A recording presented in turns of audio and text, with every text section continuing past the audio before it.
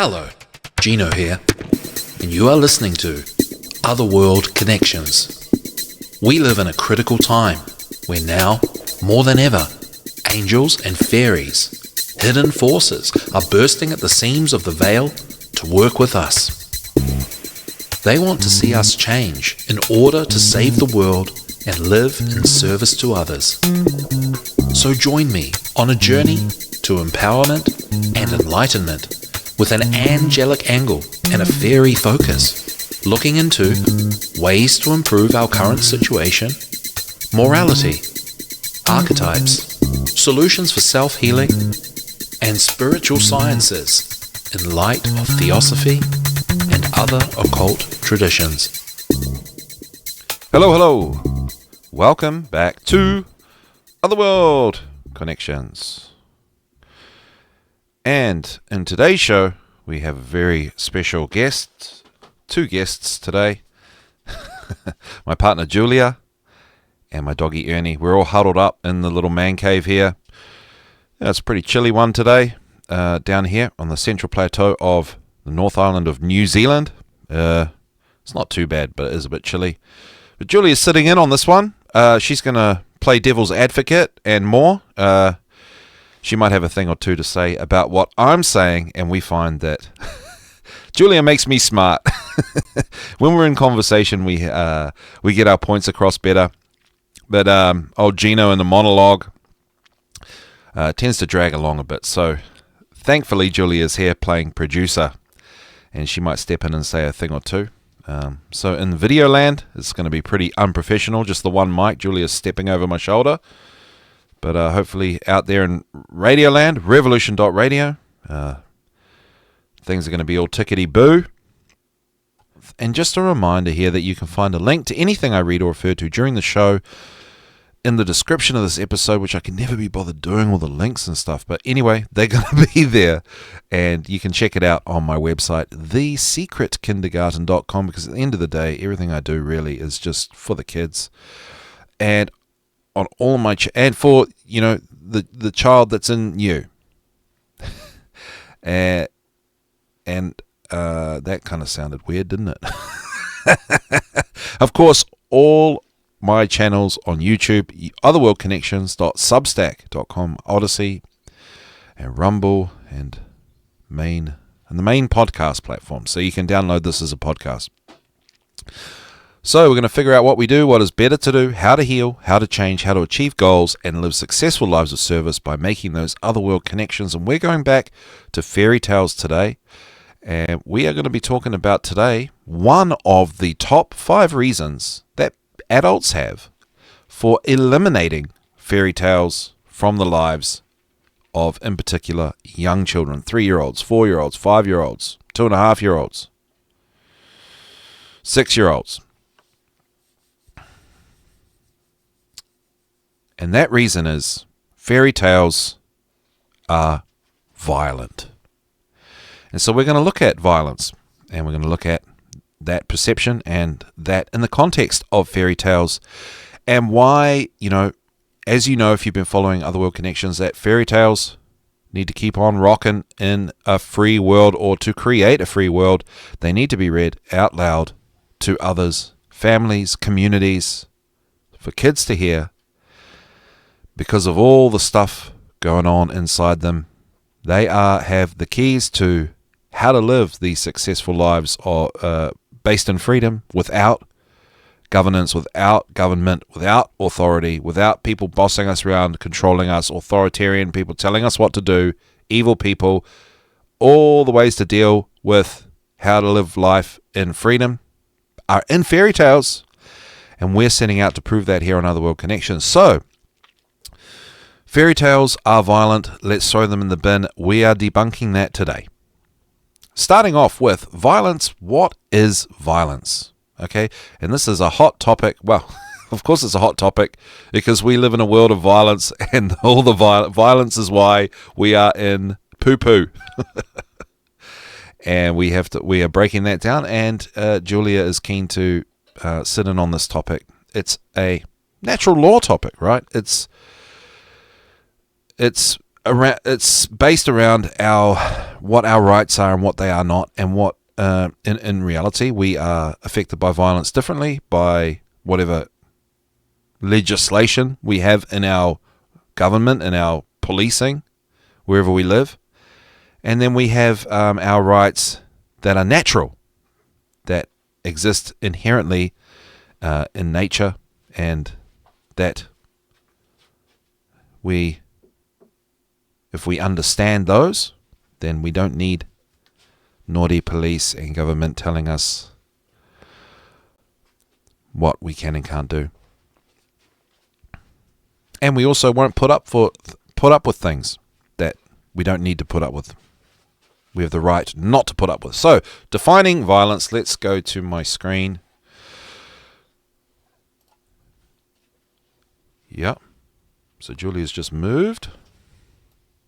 She's now facing me, which is good. She's over here. She's a bit shy, off screen. And we've got to promote your stuff as well, Julia, by the way. Okay, so violence. I just went to Online. It's an etymology thing.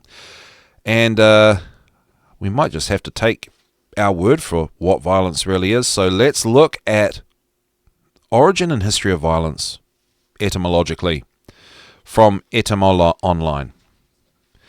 Violence, late 13th century, defined as physical force used to inflict injury or damage. I'm just going to read through the whole thing. From Anglo-French and French violence, 13th century, and directly from Latin. Maybe violentia, vehemence, impetuosity. Okay, so I'm actually just going to go to vehemence, because if it's from Latin, it's obviously older than 13th century French. So I'm going to type this in. Vehemence.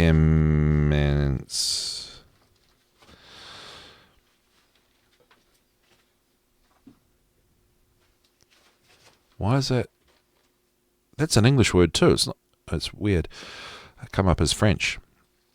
The quality of displaying strong, intense, or passionate feelings or expressions. Yeah, so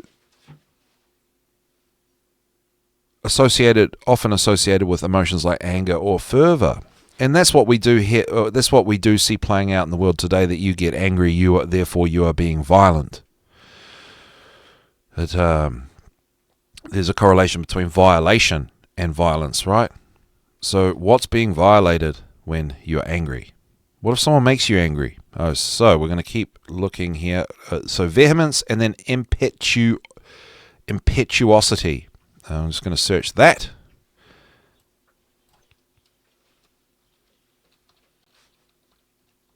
Impetuosity. Ah, this is getting a bit better. Acting or done quickly and without thought or care. Moving or moving forcefully or rapidly. Okay. So they're all talking about really physical force so far, or anger, or a strong feeling. Yes, Julia. Sorry. So first of all, I wanted to say hi to everyone. Yeah, you're going to have to stand into the Yeah, mic. sorry. Hello to everyone. And I just... You're not on the mic. Oh, sorry. Yes. What did I want to say? I've still got more to read, the but- Latin word that you needed to search was violencia. Yeah, okay. Yeah. Thank you. We'll do that. Violentia. So the meaning vehemence, intensity, is by late 14th century. The weakened sense of improper treatment is attested by the 1590s. So that's what we're really looking at. Improper treatment. Also, Middle English, it was used at least once of physical force exercised benevolently. So the definition has been sort of clearly weakened and changed. Noble strength being violence. And then here it's saying it's related to violare, to treat with violence. So to say to treat something with violence is kind of implying what violence really is initiating harm. So there's a little whiff of what violence really is initiating harm on another person or taking away of somebody's rights. Okay, so let's look at what were you saying, Julia? Violentia. Okay, so we're going to go violentia definition. Thank you. And we've got Ernie getting all winding us up now. When he gets bored, he starts pestering us and jumping up on us and trying to play. Because he's just a big giant baby. We need a Ernie cam for the show. Okay. We're just going to go to latinissimple.com.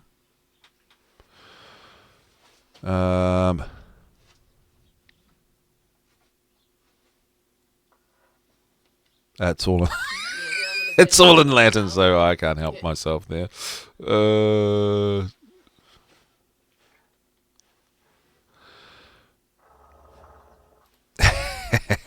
And he's in big play mode. Extreme force, aggressiveness, brutality, of terrorism, and of war. So that's more like it.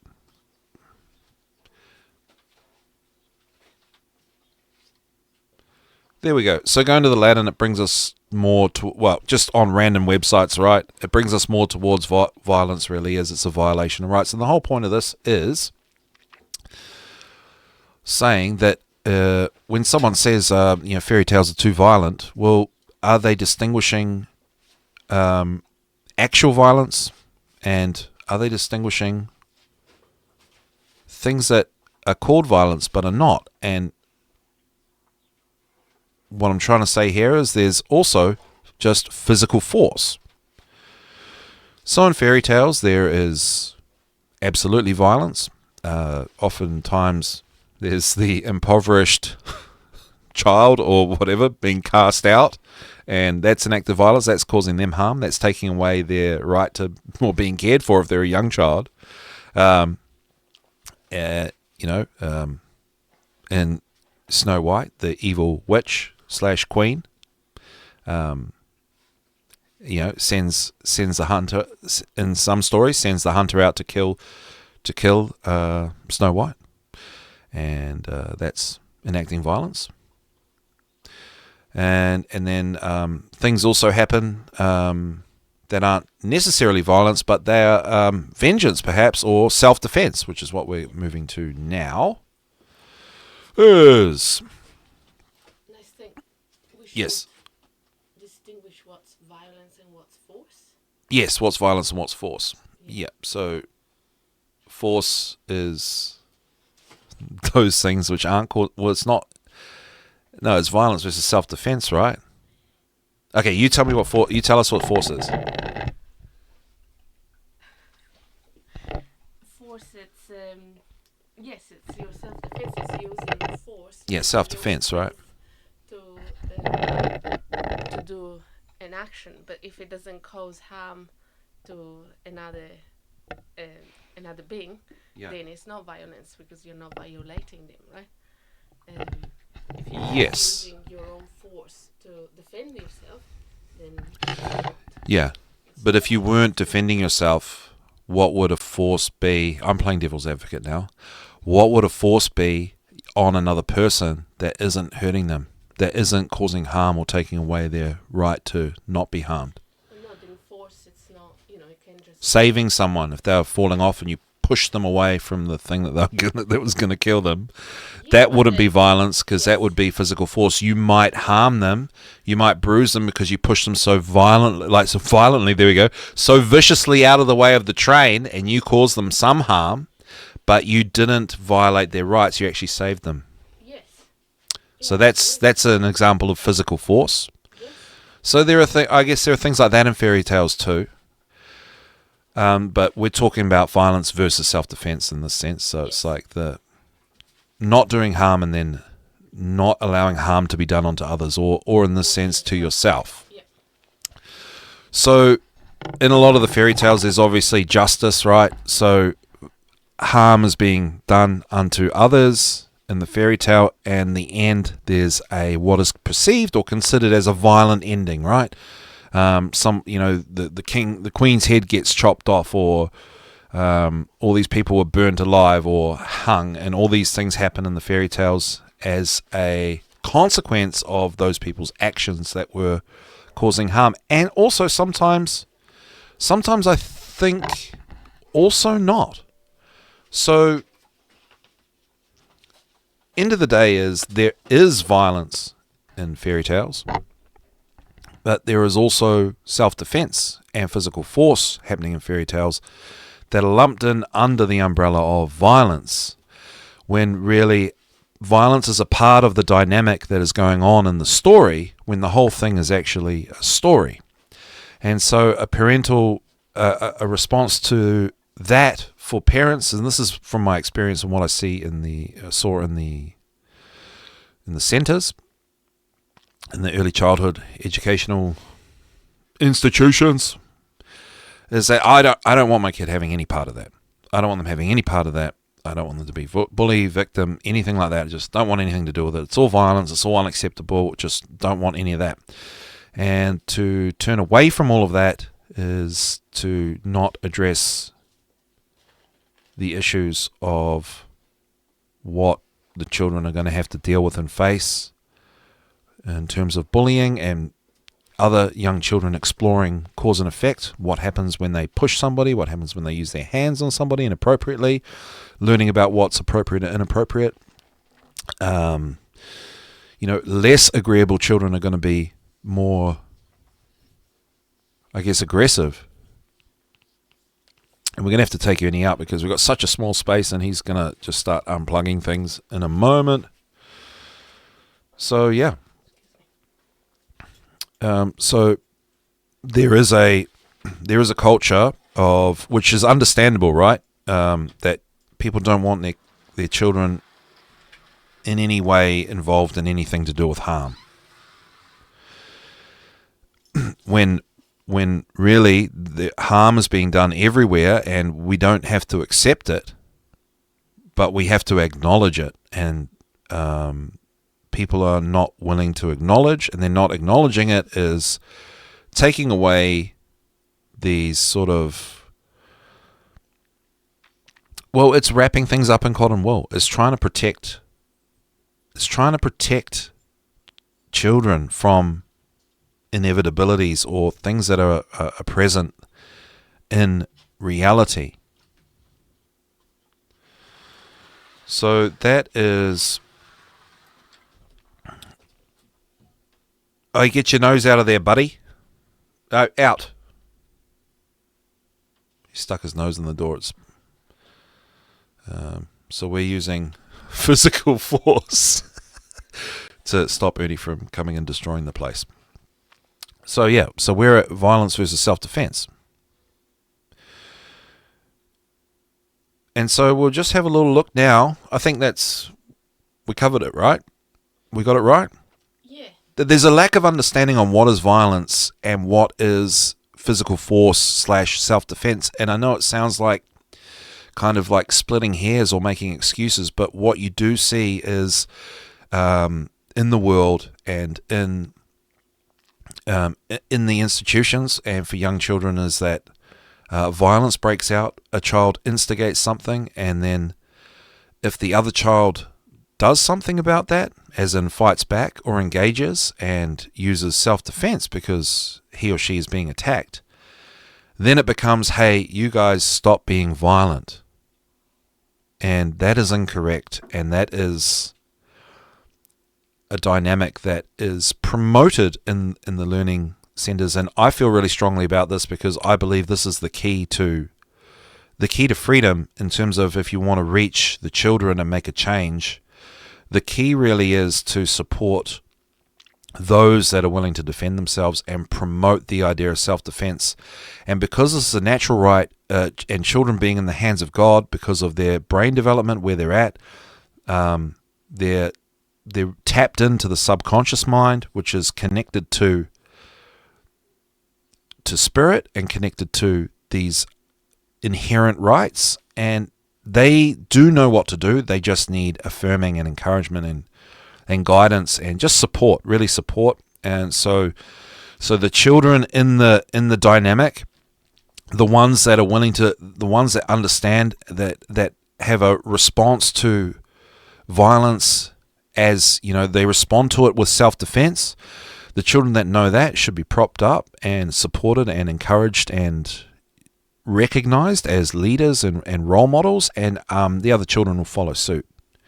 And that's what I've experienced. And this is anecdotally, but this is absolutely what happens. And then everything becomes easier. They become self-governing and just doing their own thing. And things sort out. Bullies come back into line and become friends with people that weren't bullies, and they might keep pushing, and the defenders keep pushing back, and an equilibrium and starts to maintain, and bullying goes away. And then you have things like play fighting that becomes more serious, and parents coming in going, look at this violence, and again, it's not violence, and they can't believe it. I'm saying, look, it's totally fine. And some parents don't like it, but what I'm saying is another example of physical force is sport fighting, where they both agree to a fight in the name of sportsmanship. And that's not violence. That's because they both agreed. So nobody's rights are being taken away there. So you then have a promotion of things that are rights. And one of those rights is, agreeing to play fight with one another. And so that's why it's such a tricky thing. Like, it's all easier said than done, because having two boys go at it willfully for fun, it doesn't look good, because we're conditioned to think, what the heck is this going on? But I don't know. It's like we're so far removed from living under the natural rights that we have without interference from other people saying that that's not okay, that it's so fresh that it doesn't feel right, or it feels uncomfortable. So, violence left out of fairy tales, and cause and effect especially, which is what we're talking about, that if someone initiates harm on somebody else and then they defend themselves, that's an example of cause and effect. So when people say, well, we can't have all this violence in fairy tales, well, they've left out the idea of cause and effect. They're taking out maybe someone's head getting chopped off. They're taking that out of the story and saying, look at this violence. That it's part of a sequence of events that show cause and effect. Somebody initiating something and someone responding to that. So there's a call and response dynamic in stories that kind of, I think, mute or a little bit nullify this idea that fairy tales are just violent blanket statement, and that's the end of it. And hey, Julia, you were saying do you remember the story that you were read to as a kid? And it was actually one of these quote unquote violent ones, and your parents were like, but you're scared of this one, it's a scary story. Yeah, but that's the thing, I can't remember. You can't remember. I remember there was a donkey in it. A donkey? Yes, and there was some poo involved. but I can't remember the story or the title. Okay. I've been trying to re-find that book and things, but I haven't been able to. But yeah, I remember. We need to get you a mic. Scared of it, but that was the story I always wanted my parents to read. Yeah, so Julia liked scary stories when she was a kid. Moral of the story. So we will look at, what are we going to look at here? Jack and the Beanstalk. Let's bring this up. I'll just make sure I'm up on the screen. Yeah, so in Jack and the Beanstalk, you brought this up, so that's why I brought yesterday. And that's why we're talking about this today. Different versions of the story. That's what I'm trying to get at. So, contemporary versions of the story, the cause and effect is left out. Jack is just this naughty kid. Usually the one you'll find today is Jack is just this naughty kid that goes and causes trouble to the giant. And it's not intentionally portrayed as some kind of moral that Jack shouldn't do what he's doing. And this is the other thing. How am I trying to say this?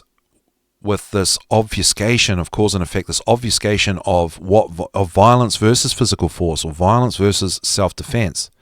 The obfuscation of that is giving more power to the violators, to the bullies. Because if everything is just violence, then the initiator is not responsible for initiating the harm. And the person that fights back, and then it becomes, hey, you guys, what are you doing? The defenders are discouraged from defending. And the violator, who is driven to do these things and is already doing them, well, they're already on that path. I don't know if that makes sense. That's how they're acting out. They're already doing that. And so it becomes really controlling the defender to stop defending. And it goes even further that, hey, you've just got to understand about this boy over here is that, he doesn't have a dad, or, he comes from a lower socioeconomic background. He comes from a gang family. He's got violence in the home.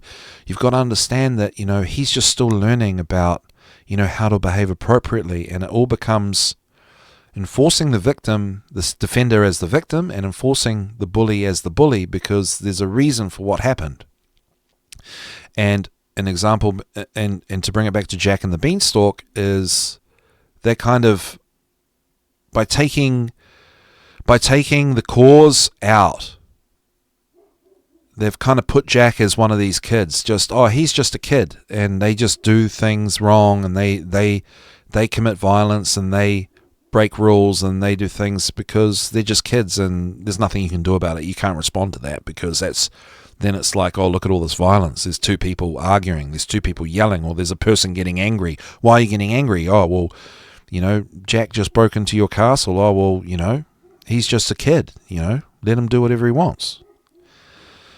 So anyway, in earlier iterations of Jack and the Beanstalk, one iteration is the giant came down to the town and killed a lot of people, and ate a lot of people, and ate the cows and different kinds of things like that. So, and then Jack went to find the giant and, enact vengeance, right? So the cause was the giant causing all this harm, but they delete, in contemporary stories, they delete that part, and it's just Jack. He found a beanstalk, he climbed up, and he started being naughty or whatever. But it's not intended to be portrayed as naughty. They're just removing the cause of Jack doing all that. Another iteration of an old Jack and the Beanstalk story is that Jack, he lived in the castle, or his family, like his ancestry, was in the castle in the sky, and the giant attacked the castle and ate all the family, and Jack's going to get the castle back, what's rightfully his. So again, that's the causality of Jack going up and doing all the quote-unquote bad stuff that he did. Well, he wasn't violating any rights. He was using physical force, like taking his body and trespassing and all that sort of thing. None of that was actually happening. He was actually just going to get back what was his. So, yeah, So Jack and the Beanstalk is a really good one, and I do think Jack and the Beanstalk in particular is one of the most important fairy tales for children to be read. This too. It inspires, and I'm talking about original story. It inspires,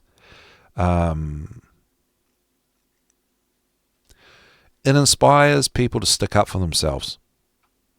It feeds that part of the spirit with the concept, Rudolf Steiner's concept of fairy tales as nutrition for the soul.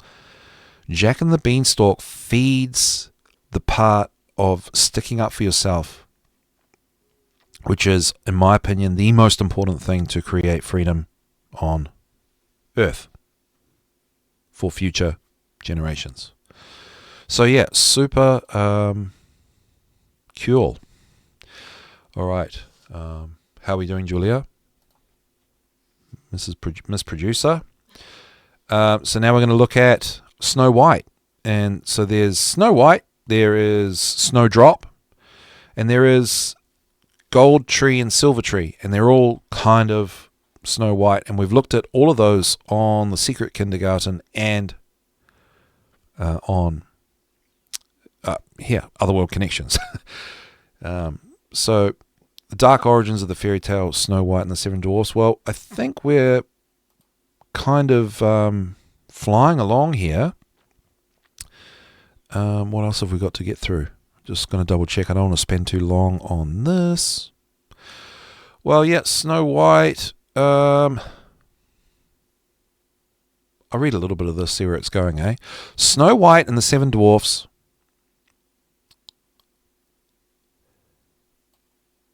is one of the most famous and appreciated fairy tales in the world. First related in 1812 when the Grimm brothers published their collection of tales that had been gathered from old European folk stories, like many of the Grimm tales. It is supposed that Snow White and the Seven Dwarfs has been in existence since the Middle Ages, passed down through word of mouth over centuries. The version that is told today is the most digestible. The 1812 fairy tale is different from what we know, and it's a lot more, well, grim. In short, the stepmother is actually Snow White's mother, who is only 7 years old. I think Snow White is 7 years old, and wants to have her killed to eat her liver and lungs with salt and pepper. Kill her, and as proof that she is dead, bring her lungs and liver back to me. Yeah, so, and also, and then at the end, they put a pair of iron shoes into burning coals, and the queen / witch / mother was forced to wear them and dance until she fell down dead. So there is that cause and effect left out, and the big thing that is left out is the bit at the end, right, where they kill what turns out to be the mother. So there are some things that kind of obviously are like inappropriate for this day and age, because I mean Snow White's getting married. Like, they didn't really show the timeline, but she if you're reading it, she's technically getting married at 7 years old. So that's like probably not cool, right? So obviously, like, you know, these stories, like, I personally don't think that that's an issue. A child is not going to say, well, Mum, why are they getting married when they're 7? Marriage is another reality. You know, children are not, like, marriage is not sexualized, is what I'm saying. Yeah? I'm digging a hole. Julie's saying I'm digging a hole. No, what? Marriage is marriage, you know. I'm just wondering if it's a symbol in some stories, or we don't know how long. No, it is. That's what I'm getting to. Yeah, it's a symbol. Well, yeah, it is. We've broken that. We've broken that down on a previous episode. Just significance of the number 7, which is what that's really about. And what I'm trying to say is that's not for the registration of the kids. If you read the original story, that's not a registration. The whole 7-year-old. And, weddings and marriage are a huge theme in free play, especially for 4-year-old girls. Marriage is a huge, just a huge topic. It's a huge aspect of, just free play for especially for 4-year-old girls. So they're innocent. Their perception of marriage is innocent. So that sort of thing's fine. So another thing is what I'm trying to get at is, adults tend to adulterize perceptions of children, what children perceive. It's not like that. Like, adults tend to treat children as small, stupid, retarded little adults. And it's just not like that. So there are certain things that I think are reconcilable and forgivable that may still seem questionable, like, hey, actually, Snow White got married and, hey, she was 7 years old. But we've got a lot of other stuff going on, and this is all for decoding, right? This is all symbolism for adults to decode. So the big one in Snow White is what we're getting at is, what is left out is at the end, oftentimes they leave out the vengeance. They leave out the justice. They leave out the witch / mum / stepmother, etc., being brutally killed by way of burning hot iron shoes, wearing them and having to dance herself to death.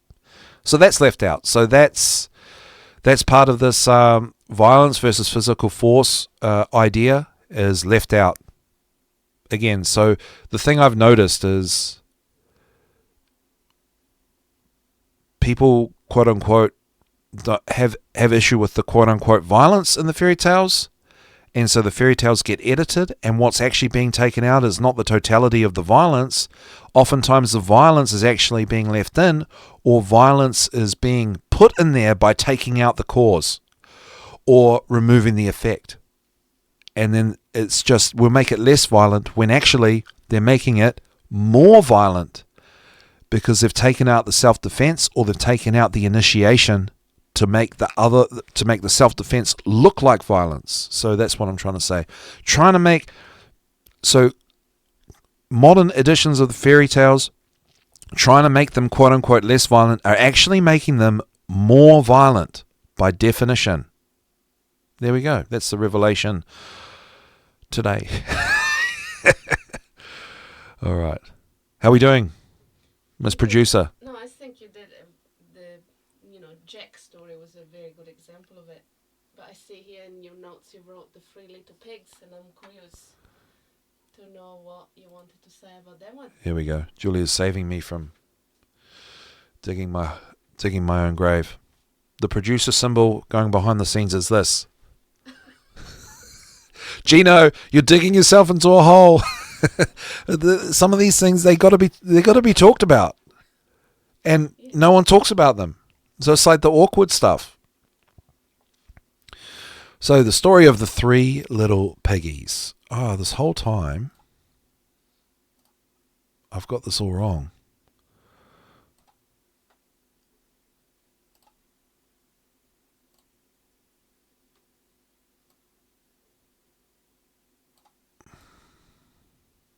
Sorry, just moving that. Right. So 3 little pigs. I've put that up there for a picture. I'm trying to remember. Hey, what I do want to say is, what's this pop-up? What I do want to say is, remember the nursery rhyme? This little piggy went to market. This little piggy stayed home. This little piggy had roast beef. This little piggy had none. Well, this little piggy went to market. I thought it was literally the pig going to the supermarket. Me too. No, he went to the meat market. He got put on the chopping block. And then again, like, we're vegetarian / vegan. Sorry, everybody. But I'm just saying that, you know, for a kid, maybe in the day that a nursery rhyme was around, would have understood that the piggy went to the market to be chopped up and eaten, because I think that stuff was more out in the open. But here we're very much, in today's world, we're pretty much shielded from it. Maybe not here in Taumarunui where everybody hunts. All right, so Three Little Pigs. Yes, you are curious, and so am I. I'm trying to remember what the heck I was going on about here. Well, the big one is at the end. Oh, some cool drawings here. Three Little Pig drawings are fantastic. There's just, yeah.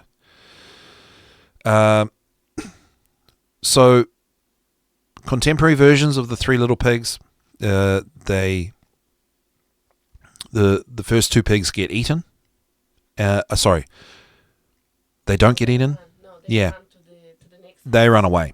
But in the story, they get eaten.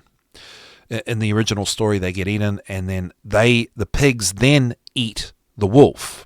Okay, so in the contemporary stories, the whole cannibalism thing is removed. And the point of that is, if we look at the symbolism of eating, just going from, we're going from the dictionary, symbolism dictionary. I'll post the link of it when we publish this.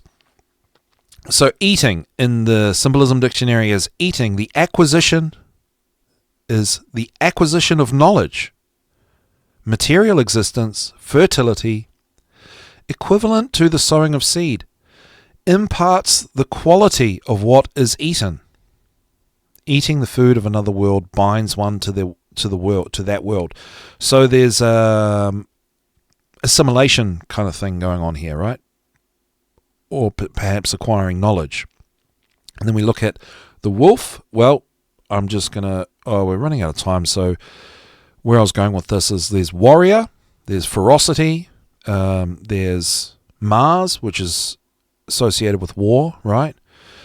And there's Archangel Michael and Samael, and obviously Michael is associated with warrior energy, Archangel Michael.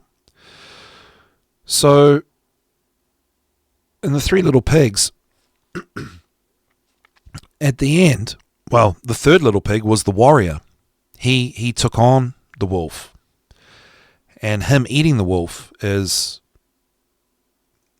I mean, it makes the story perfect, because it symbolically explains that, by way of symbolism, it's saying, well, the pig has taken on the warrior energy because he killed the wolf, and he's eaten the wolf, and the eating of the wolf is just the explaining of the point of the story of, defending yourself. So Three Little Pigs, another fantastic cause and effect / violence versus self-defense story to read to young children in the original form, where the wolf eats the pigs. I actually forgot to get the pig symbolism down to show what the wolf was doing by eating the pigs, but it'll be something to do with the opposite of warrior, right? So yeah, so the pig as the warrior. Pig eats the wolf means what the pig did in the story is warrior energy. All right. So does that make sense? I hope. Was that all right? So removing the quote unquote violence in these stories, they're removing them as distorting the original symbolic sequence, and that symbolic sequence has a message that is rooted in spiritual law, natural law teachings, and removing parts out is not good, because also the symbols themselves are what really speak to the children. emphasize it, like in the most simplistic way, that it is important who started who did harm first. Yeah. That's the most important thing. And then, if someone cause harm to you, then you have all the right to, defend yourself.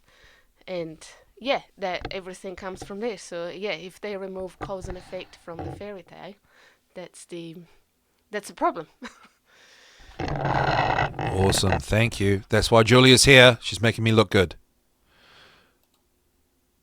Yes. Who started it? That's the important thing. And yeah. Awesome. Thank you, Julia. Who started it is the most important thing for kids and for adults observing the learning world of children when they interact with each other. Who started it is everything. And who started it, the concept of who started it is deleted and enforced out of the paradigm, the dynamic. It's taken out, and it's actively taken out by teachers. It's actively taken out by everybody that doesn't understand the difference between violence and self-defense, violence and physical force. All right, we have 7 minutes left. Okay. Oh, this is the really heady one because we're bringing Varg Vikernes in. I don't know if we're going to get it finished in time, but we're looking at Little Red Riding Hood. And just bring up this page, vintagenews.com. The earlier versions of Little Red Riding Hood were violent and grotesque. Yes. The earlier versions of the story differ from the widely known Brothers Grimm versions, and I always sort of tend to lean on the Brothers Grimm as the original. But I guess the further back you can go, the better in terms of stories. So if you're going to read fairy tales to kids, do a little bit of homework and try and get the ones that seem like ones you haven't read before, because they're probably closer to the real deal. The popular version presents a girl with a hooded cloak or cap instead of a hood. One day she goes to visit her sick grandmother and is approached by a wolf to whom she naively says where she is headed. Oh, they're doing the whole story. In the most popular version, the wolf distracts her. Let's go to... the origins go back to the 10th century in France, where peasants told the story that was then passed along to the Italians, who were obviously enchanted by it. A few other versions with a similar title were created. La Finta Nonna, the false grandmother, or the story of the grandmother. Here, the character of an ogre replaces the wolf that imitates the grandmother. Little Red is deceived into mistaking her granny's teeth for rice, her flesh for steak, and her blood for wine, so she eats and drinks, and then jumps into bed with the monster and ends up eaten herself. So, yeah. Julie's heading out. Some versions include sexual implications and involve a scene where Little Red is asked by the wolf to take off her clothes and throw them in the fire.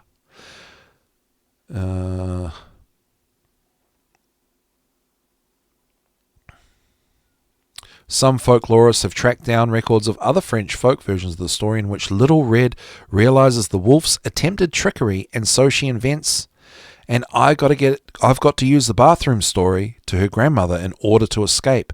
The wolf reluctantly approves but ties her with a string to prevent her from fleeing, but she still succeeds in escaping. Interestingly, these versions of the story depict Little Red Riding Hood as a courageous heroine who relies only on her wit to avoid the horror, whereas the later official published versions by Perrault and Grimm include an older male figure who saves her.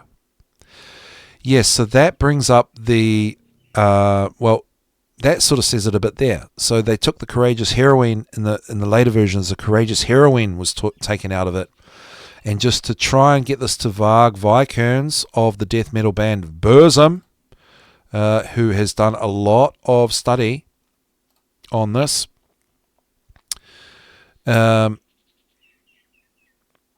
He basically talks of Red Riding Hood as many things. One is the allegory of conception and childbirth, childbirth, or fetus, in utero development to childbirth. That Little Red Riding Hood, the original tale, is an allegory of that, and it is, and it really, the point of that is it's an allegory of the ancestor being reincarnated into the womb. And he explains that in his book Paganism Explained, and he talks of also the Red Riding Hood herself and what she does on her own as an initiation to the individuation of the child at 7 years old. The point being is, again, it's another ancestral, a pagan view of the ancestor being reincarnated, or the reincarnated into the 7-year-old. When the child becomes 7, they are quote unquote weaned off the milk, and their milk teeth are gone. There's a change of teeth at 7 years old, and they become conscious. They become individuated. Their full brain is developed to the point where they're firing on all cylinders, not just falling back onto the subconscious, and they become self-aware.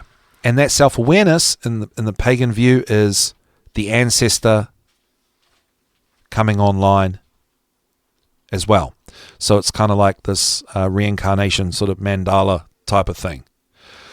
And the point of that is that that's a pretty deep allegory, right? On multiple levels. And we've got 2 minutes. Come on, Gino, you can do it. So we just read this part at the end as well. Because Charles Perrault version added a moral to the end that you shouldn't, go walking in the woods if you're a little girl, and you've got to be careful and stuff. Varg Vikernes says, the fact that a moral has been added to tales, especially in the 17th century, is unfortunately a sign that the tale already at that time had lost its meaning, at least for those who transcribed it. This desire to explain the tale in this way is probably related to wanting to explain the terrible symbols of cannibalism and murder found in Red Riding Hood in old and original versions of the classic tales. These symbols are shocking and incomprehensible if one does not grasp the quintessence of the tale. The shocking aspect is voluntary, aiming precisely at pushing the one who hears the tale to understand the real meaning of the tale. There we go. Thanks so much for tuning in. That's all we've got time for. I'm about to get cut off, so I love you guys. See ya. Thanks for being with me today, Julia. See you at the next one.